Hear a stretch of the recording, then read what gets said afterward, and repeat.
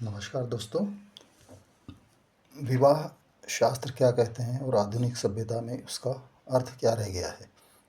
आज विवाह टूट रहा है, लोग कहते हैं एडजस्टमेंट नहीं हो पाया, लेकिन हमारे शास्त्र ऐसे विवाह बताते हैं जो इच्छा के विरुद्ध त्याग के साथ और कभी कभी दुख के साथ भी हुए, फिर भी वे धर्म कहलाए। तो सवाल है, गलती विवाह में है या हमारी समझ में है। नमस्कार, यह चैनल है विवाह एक परंपरा या वैदिक संस्कार। यहाँ एक नियम रहेगा, बिना शास्त्र के प्रमाण कोई बात नहीं। हर वीडियो में श्लोक होगा, अर्थ होगा और आज के जीवन से उसका सीधा प्रश्न। शास्त्रीय आधार पर हम देखते हैं भगवत गीता का 3रा अध्याय 10वां श्लोक, स यज्ञा प्रजा सृष्टा। इसका अर्थ यह है कि जीवन यज्ञ है और विवाह उस यज्ञ की आहुति।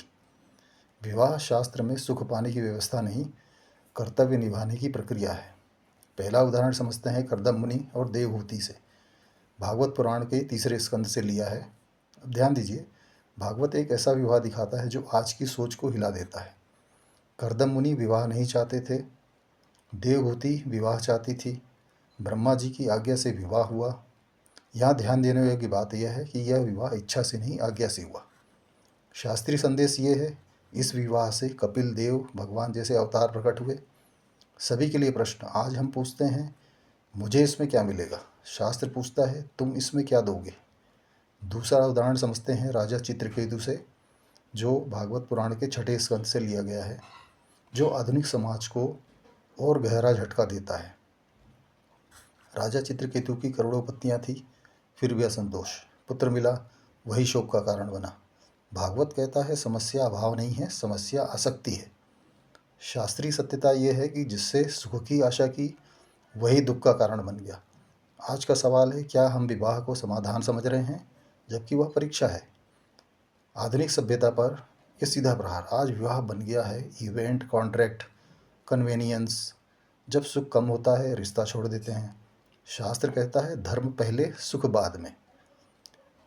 निर्णायक शास्त्रीय वाक्य हम मनुस्मृति से समझते हैं, पति पत्नी एक दूसरे के धर्म रक्षक हैं, भोग के साधन नहीं।